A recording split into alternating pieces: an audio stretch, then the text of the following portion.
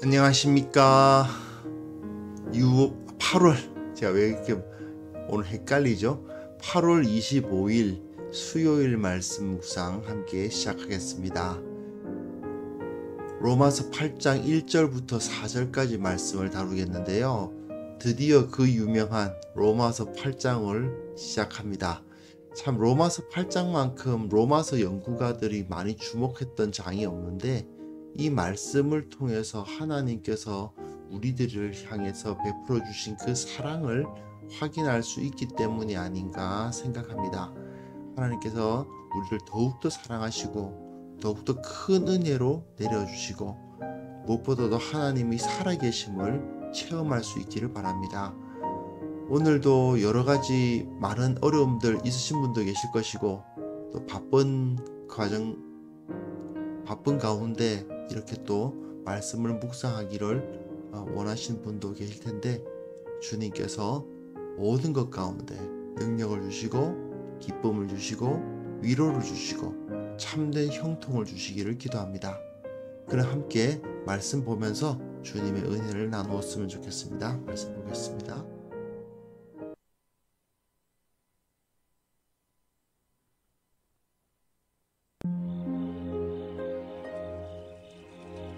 그러므로 이제 그리스도 예수 안에 있는 자에게는 결코 정죄함이 없나니 이는 그리스도 예수 안에 있는 생명의 성령의 법이 죄와 사망의 법에서 너를 해방하였습니다. 율법이 육신으로 말미암아 연약하여 할 수 없는 그것을 하나님은 하시나니 곧 죄로 말미암아 자기 아들을 죄 있는 육신의 모양으로 보내어 육신의 죄를 정하사 육신을 따르지 않고 그 영을 따라 행하는 우리에게 율법의 요구가 이루어지게 하려 하심이니라.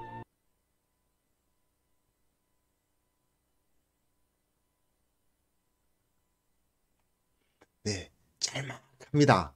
로마서 8장이 워낙에 좀 중요하다 보니까 이 날마다 솟는 샘물에서도 오늘이 25일인데 31일까지 그 중간에 주일이 하나 껴있긴 하지만 5일 동안 8장을 다루도록 상당히 짧게 끊어서 이제 본문을 나누어 놓았습니다. 자, 여기 보시면요. 개인의 구원 6장부터 8장까지가 개인의 구원이라고 말씀을 드렸습니다. 네, 개인의 구원받은 그리스도인들 개인이 어떠한 경험을 하게 되는가에 대한 이야기를 쓰고 있고요. 6장에서는 은혜와 죄의 관계에 대해서, 그죠? 은혜를 받으면 우리는 죄에 대해서 죽었다. 그 표현을 쓰고 있죠. 그렇기 때문에 우리는 은혜 받은 자들은 죄를 짓지 않으려고 하게 되어 있고 어떻게든 죄로부터 벗어나려고 노력을 하게 되어 있다. 그 이야기를 하고요.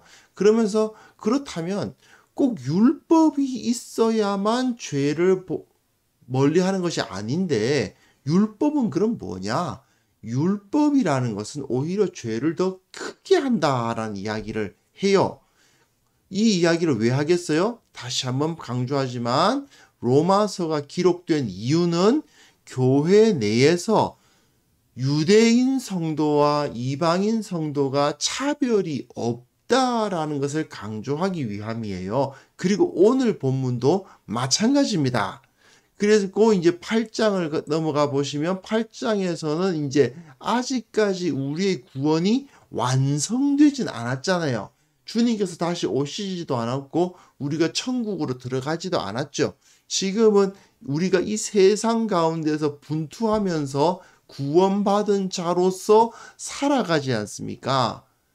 그러면 아직까지 완성되지 않은 이 구원 가운데 성령 하나님께서 어떻게 역사하시는가를 보여주는 것이라고 할 수 있습니다. 그런데 이 모든 것을 다 보여주는 이유는 뭐다? 예, 다시 한번 유대인과 이방인이 동일한 구원을 받았다. 그래서 우리는 하나님 안에서 하나다. 유대인은 높고 이방인은 낮고 그런 거 아니다. 그 이야기를 하는 것입니다. 근데 오늘 본문 상당히 짤막한데요. 이 본문은 로마서 8장이 가르치고 있는 바 기본 바울의 구원, 그러니까 이 구원론, 바울이 말하고 있는 구원이란 어떤 것이라고 가르치는데 그 기본적인 그 사고의 틀을 보여주는 부분이에요. 그러니까 로마서 8장은 바울이 가지고 있는 이 구원에 대한 그 가르침이 집약되어 있는 부분이라고 할 수 있는데 그 로마서 8장 중에서도 기본적인 사고의 틀, 그걸 보여줍니다. 그러니까 이 1절부터 4절까지의 내용은 우리가 이후에 로마서 8장을 이해함에 있어서도 머리에, 염두에 두어야 하는 상당히 중요한 부분이기 때문에 이렇게 날마다 솟는 샘물에서도 딱 4절까지만 너무 짤막해서 좀 이게 뭐지 싶을 정도로 짧지만 그러나 이 본문의 내용을 좀 우리가 깊이 좀 염두에 두었으면 좋겠습니다. 자, 1절, 2절 보시면 그러므로 이제 그리스도 예수 안에 있는 자, 그리스도 예수 안에 있는 자는 어떤 사람입니까? 그리스도 예수 안에 있어요. 안에 있다? 예, 예수님과 같이 죽고 예수님과 같이 부활한 존재를 말하는 것입니다. 예수님과 같이 죽었어요. 또한 예수님과 같이 부활했어요. 어떻게 그게 가능하죠? 믿음으로 가능합니다. 믿음으로 그리스도를 믿으면 우리의 심령이 예수 그리스도를 믿으면 어떻게 됩니까? 예, 예수님과 함께 연합합니다. 그래서 예수님과 함께 죽고 예수님과 함께 다시 살아나요. 6장에서는 그것을 세례를 가지고 설명을 했죠. 세례를 받는 것은 예수님과 함께 동참한 것이다. 그렇게 이야기합니다. 이제 사람에게는 정죄함이 없다. 정죄함. 이제 헬라어에서는 카타크리마라는 그 명사인데 정죄함이란 말은 사실 로마서에서만 3번, 그것도 5장에 1번, 그리고 8장에 1번 이렇게 정죄함이라는 단어는 여기 한 번 쓰였어요. 그러니까 여기 로마서에만 쓰였어요. 물론 정죄하다라는 동사로 쓰인 적은 좀 있습니다만은 여하튼 정죄함이 없다 이런 표현을 씁니다. 정죄함이라는 것은 뭐냐 하면 확증되어 버린 죄예요. 무슨 소리냐? 지금 우리가 죄를 짓고는 있잖아요. 사실은 우리가 크고 작은 죄를 짓는데 그러나 이 죄가 또 용서함을 받지 않습니까? 그러니까 비록 내가 완벽하지 않고 범죄하는 삶을 산다 하더라도 하나님께서 또 용서해 주시고 가끔 징계하시기도 하지만 그 징계를 통해서 또 용서함을 받기도 하죠. 그건 정죄가 아닙니다. 죄가 정해져 버렸다. 확실시 되어 버렸다. 너 유죄! 하고 딱 선고가 내려져 버렸다라는 것이 이 정죄함인데 그게 없다 이거예요. 그리스도 예수 안에 있는 자에게는 죄가 없다가 아닙니다. 정죄함이 없다. 너 이제 완전히 너는 끝, 너는 유죄, 너는 처벌 이렇게 딱 끝나버리는 그게 없다 그 말입니다. 그런데 이는 그리스도 예수 안에 있는 생명의 성령의 법이 죄와 사망의 법에서 너를 해방하였습니다. 자, 뭐라고요? 생명의 성령의 법이 죄와 사망의 법에서 너를 해방했다라고 말하고 있습니다. 이게 뭔 소린가 싶죠? 우리나라 같은 데서 사는, 우리나라 같이 그냥 주권 국가에서 그냥 살아가는 사람들은 이게 언뜻 잘 안 보입니다만은 그러나 이 당시 사람들에게는 상당히 잘 보이는 쉽게 이해가 되는 표현입니다. 뭐냐 하면 로마라는 큰 대제국이 다스리고 있어요. 근데 제국이 뭔지 아시죠? 제국이란 것은 나라 밑에 또 나라가 있는 거 아닙니까? 로마라는 거대한 이 나라가 이렇게 제국이 있으면 제국이죠. 제국, 엠파이어죠. 제국이 있으면 그 안에 또 이렇게 나라들이 있습니다. 이렇게 뭐 유다도 있고 이집트도 있고 시리아도 있고 뭐 스페인도 있고 헬라도 있고 이탈리아 다른 지역도 있고 여기 뭐 그 갈리아도 있고 뭐 여러 가지 이게 나라들이 그 안에 또 있어요. 그죠? 각각의 나라들은 또 각각의 법들을 또 자기네들이 법을 또 갖고 있습니다. 그런데 그 위에 로마가 다스리고 있는 거죠. 로마는 또 어떻습니까? 로마는 또 로마의 법을 가지고 있어요. 참 재밌죠? 자, 그러면 어떤 일이 벌어집니까?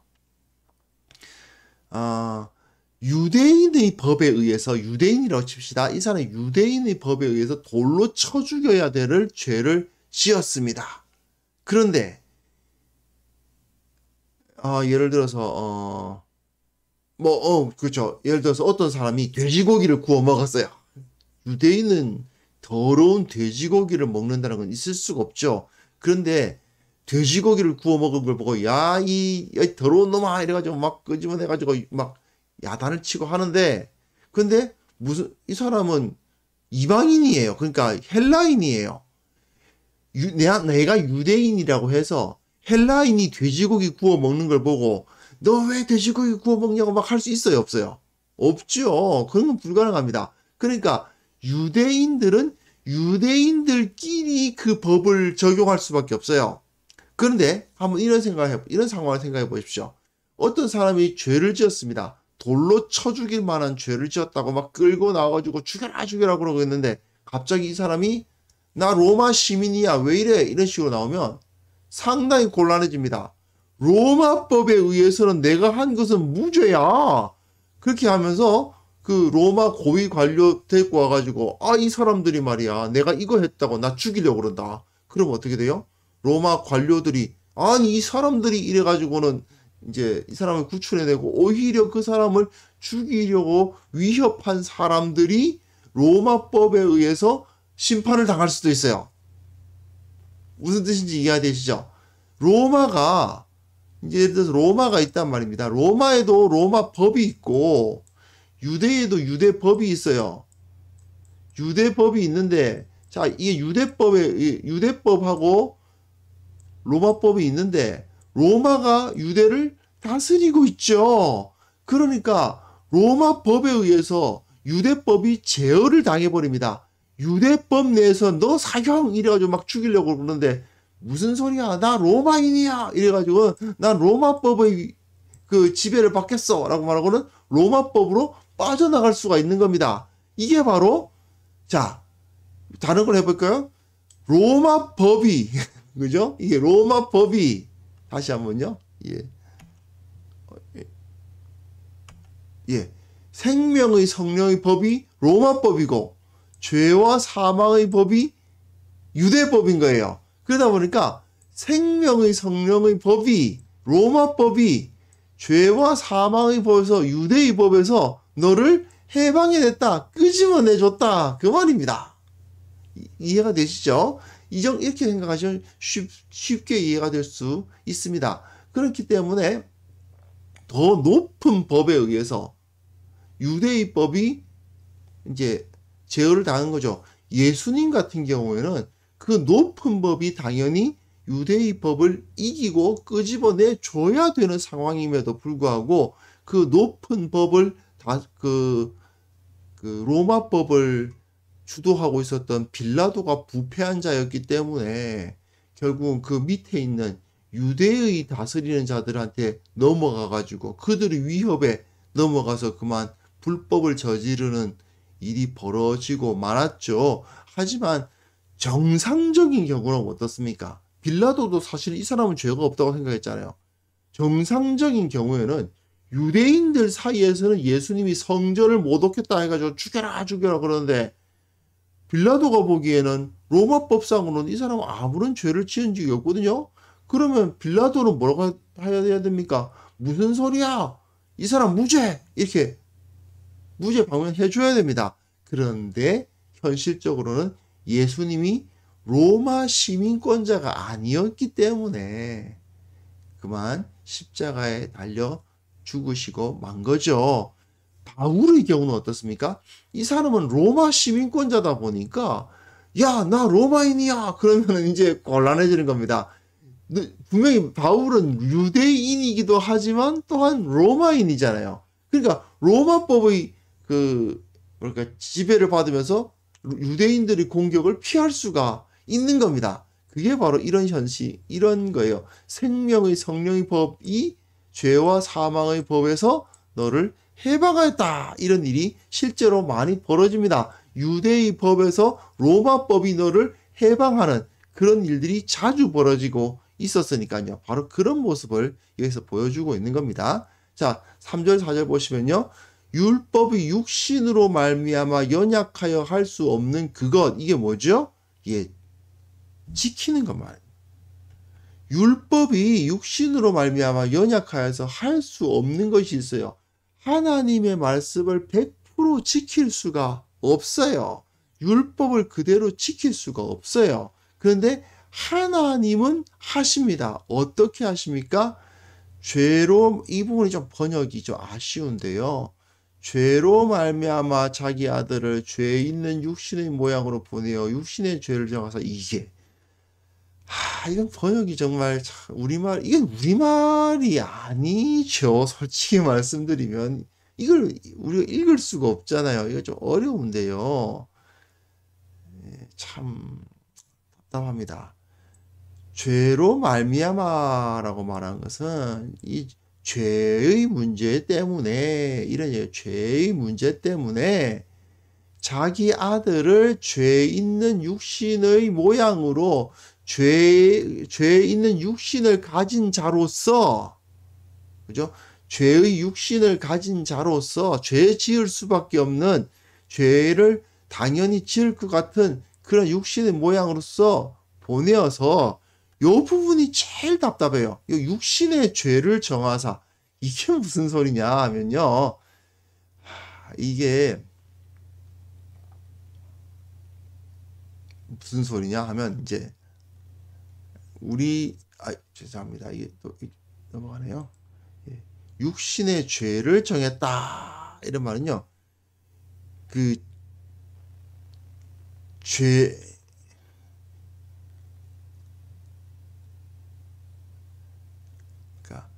육신의 죄를 정했다의 표현보다 육신의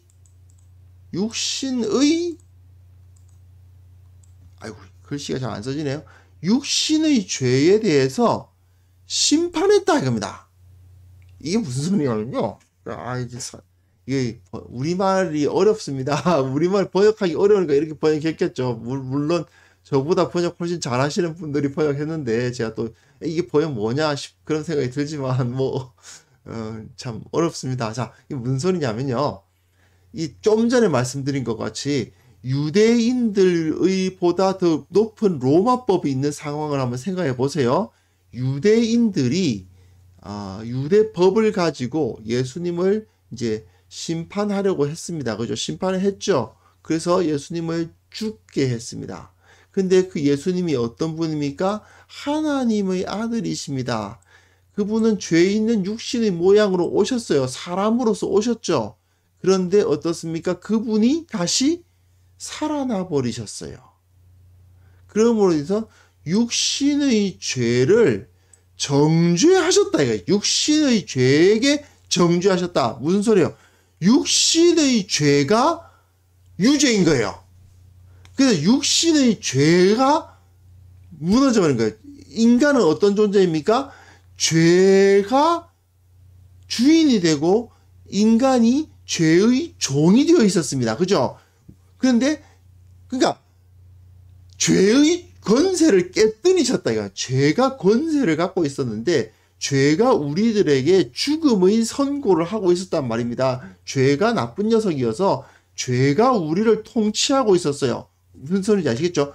죄가 우리를 통치하고 있어요. 죄가 인간들을 통치하고 있어요. 그런데 그 죄를 가진 육신을 가지신 분으로 오셔가지고 똑같이 죄의 그 선고를 받아서 죽으셨어요. 그런데 그분이 다시 살아나 버리셨네? 다시 살아나 버리시면서 야, 너 나 죽였냐? 하고 짠 나타나는 거죠. 그럼 죄는 분명히 내가 널 죽였는데 예수님은 이제 죽음이 이분한테는 통하지 않아요. 어떤 일이 벌어집니까? 죄가 예수님에게 너 유죄하고 공격을 했는데 공격을 해서 예수님을 죽였는데 예수님은 다시 하나님의 권세에 의해서 다시 살아나셔서 나 유죄 아니지? 나 무죄. 죄. 네가 유죄. 이렇게 된 겁니다. 이해되십니까? 인간의 죄가 예수 그리스도의 권세에 의해서 유죄가 되어버린 거예요. 그래서 오히려 이 죄라는 존재가 심판을 당하고 죄의 권세가 깨뜨려졌다 그 말입니다. 예, 많이들 아시는 이야기인데 사실은 되게 어렵죠. 그죠? 율법으로서는 어떤 일이 벌어집니까? 그 율법을 다 지킬 수가 없어요. 그런데 하나님은 어떻게 하시느냐? 그것을 다 지켰음에도 불구하고 죄가 유죄 이렇게 선고를 내려서 예수님을 죽게 만들었지만 예수님은 다시 부활하심으로써 죄가 유죄가 되어버린 거예요. 그래서 죄의 권세가 깨져버렸어요. 그러다 보니까 어떻습니까? 육신을 따르지 않고 그 영을 따라 행하는 우리에게 육신을 따르지 않는다. 무슨 소리죠? 우리가 내가 유대인이야, 내가 뭐야 하고 말하는 것이 아니라 영을 따라 행한다. 예수님을 믿는 믿음으로 말미암아 행한다는 얘기죠. 이것을 좀 전에 한 이제 비유로 따지면 우리는 더 이상 유대의 법을 따르지 않고 로마의 법을 따른다. 이거하고 비슷해요. 하나님 나라의 법이 이 육신의 법보다 더 높기 때문에 우리는 이제 마치 유대법보다 더 높은 로마법을 따라서 행하는 우리가 어떤 일이 벌어지느냐? 율법의 요구가 이루어지게 한다. 이건 무슨 소리냐면요. 자, 예를 들어서 나는 유대인이면서 또한 로마인인 사람이라고 칩시다. 내가 유대인이면서 로마인인데 내가 유대의 법을 어겨가지고 처벌을 받으려고 하는데 갑자기 나 로마인이야 하고 빠져나가게 되면 유대법은 어겼는데 로마법으로 빠져나가는 사람이 되죠. 그런데 예수 그리스도의 역사하심에 의해서 어떤 일이 벌어지느냐 하면요. 유대법을 따르지 않고 로마법만 따르게 되는 우리가, 즉 이 땅의 율법을 따르지 않고 하나님 나라의 예수 그리스도의 생명의 성령의 법을 따르는 우리는 어떤 일이 벌어지느냐? 율법의 요구가 이루어진다는 것입니다. 나는 유대법은 안 지키고 로마법만 지켰는데 로마법만 지키면 유대법이 자동적으로 지켜지는 상황이 벌어진다는 것입니다. 즉 세상에는 죄와 사망의 법이 있고 생명의 성령의 법이 있는데 죄와 사망의 법은 지키지 않고 생명의 성령의 법만 지키면 죄와 사망의 법을 담당했던 율법까지도 지켜버리게 되는 상황이 벌어지더라 하는 거죠. 하나만 지키면 생명의 성령의 법만 지키면 이 땅의 모든 율법까지 다 지키게 되더라 하는 것을 여기서 선포하고 있는 것입니다. 그러니까 예수님을 믿으면 율법을 어기는 거예요? 지키는 거예요? 지키는 겁니다. 할례 받지 않았지만 율법을 지키는 사람이 되는 거예요. 좀 어렵죠? 딱 4절밖에 없는데 굉장히 할 말이 많습니다. 근데 1절부터 4절까지의 내용을 좀 이해를 하실 필요가 있습니다. 자, 이걸 다시 한번 다르게 생각해 보면요. 어떤 사람은 유대인이고 어떤 사람은 헬라인입니다. 근데 유대인 출신으로서 이 사람은 로마 시민이고 헬라인으로서 로마 시민이 있다고 칩시다. 유대인이고 로마인이고 헬라인이고 로마인이에요. 무슨 뜻이 아시겠죠? 그런 상황에서 서로 함께 한 자리에 있습니다.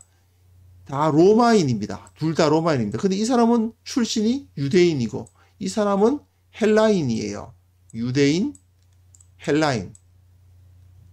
근데 이 헬라인이 돼지고기 구워 먹는다고 유대인이 야, 너 왜 돼지고기 먹어? 하고 탓할 수 있습니까? 없습니다. 무슨 소리야? 돼지고기가 얼마나 맛있는데 하고 잘 먹을 수 있고 유대인 입장에서는 어쩔 수 없죠. 뭐 쟤는 헬라인이니까 돼지고기 먹겠다는데 어떡합니까? 그냥 입 닫고 있어야 됩니다. 하지만 어떻습니까? 로마의 법이라는 거 안에서는 하나잖아요. 그죠? 이 사람은 유대인이고 이 사람은 헬라인이지만 적어도 로마법이라는 차원에서 이 사람이 로마법을 지키지 않으면 유대인이 왜 네가 그 법을 어기느냐라고 말할 수가 있죠. 이해가 되십니까? 마찬가지입니다. 예수 그리스도 안에 거대한 예수 그리스도의 법, 생명의 성령의 법 안에 유대인도 있고 헬라인도 있는 겁니다. 또 뭐 다른 나라 이 사람들도 있죠. 각자의 법들이 다 따로 있지만 예수 그리스도의 법에 의해서 이들이 모두 다 하나가 되었다는 것입니다. 그러면 유대인이 높습니까? 헬라인이 높습니까? 똑같죠. 똑같습니다. 이 사실이 상당히 중요합니다. 그렇다고 해서 이방인 출신은 율법을 깡그리 무시해도 되느냐? 그건 아닙니다. 왜 그렇습니까? 그 왕께서 어디 출신이에요?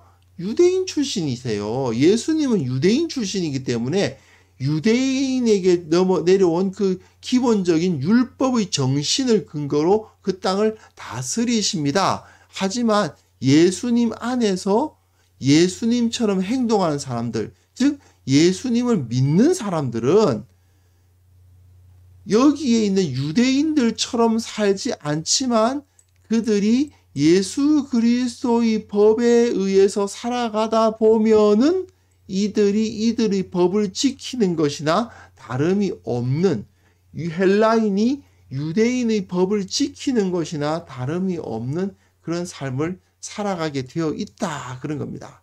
결국 이를 통해서 바울은 그리스도인들은 새로운 정체성을 가지고 있다. 유대인은 유대인이고 이방인은 이방인이지만 모두 다 우리는 그리스도인이다 라는 정체성으로 하나가 된다, 이거죠. 이게 바로 바울이 가르치고 있는 구원론의 기본입니다. 요거를 이해를 하시고 이제 로마서 8장을 이해해 보시면 되겠어요. 자, 이 로마서 말씀 묵상을 통해서 우리가 이제 구원의 의미를 이제 온전히 깨달을 수 있도록 함께 기도했으면 좋겠습니다. 오늘은 좀 이 개념 정리를 하는 날이다 보니까 어떻게 보면 좀 적용할 것은 많지 않습니다. 하지만 로마서를 통해서 우리가 참된 자유와 구원이 무엇인지를 알 수 있었으면 좋겠고요. 그리고 이 교회 내에 좀 바르게 아는, 말씀이 뭘 가르치고 있는지를 바르게 아는 그런 상황이 좀 벌어졌으면 좋겠어요. 너무 성경을 대충 읽고 아무렇게나 읽는 그런 상황이 그런 일들이 너무 많은데, 이제 우리가 좀 지식 안에서, 말씀의 지식 안에서 바로 서는 교회가 되게 하여 주옵소서. 함께 기도하겠습니다.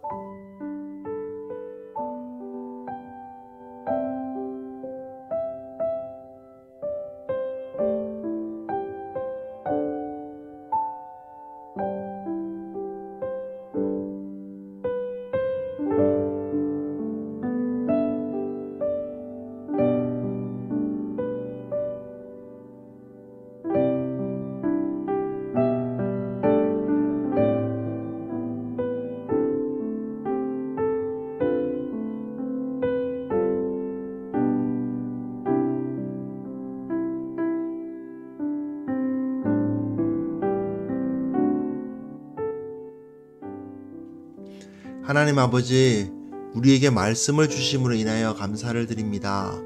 로마서를 읽어가고 있습니다. 로마서 8장, 우리의 구원이 어떤 의미를 가지고 있는가에 대해서 너무나도 잘 가르쳐주고 있는 이 말씀을 우리가 이제 묵상해 갑니다. 예수 그리스도 우리 주님께서 베풀어 주신 그 구원의 의미를 바르게 깨닫게 하여 주시고 참된 자유와 구원의 기쁨을 누릴 수 있게 하여 주시옵소서. 원하옵나니 이 교회가, 한국에 있는 모든 교회가 말씀에 충만케 하여 주시고 모든 성도들이 말씀을 온전히 알아서 바른 지식 위에 신앙을 세워나갈 수 있도록 도와주시기를 원하옵고 바랍니다. 주님, 특별히 기도하옵기는 세상에서 많은 사람들이 고통당하고 있습니다. 소상공인들, 의료진들, 공무원들, 참 그 가운데 많이 고통받는 사람들이 있습니다. 주님께서 위로해 주시고 강건하게 하여 주시며 이 땅의 위정자들에게 지혜를 주셔서 힘들고 어려운 자들을 잘 도울 수 있도록 주님께서 더욱더 큰 은혜 베풀어 주옵소서.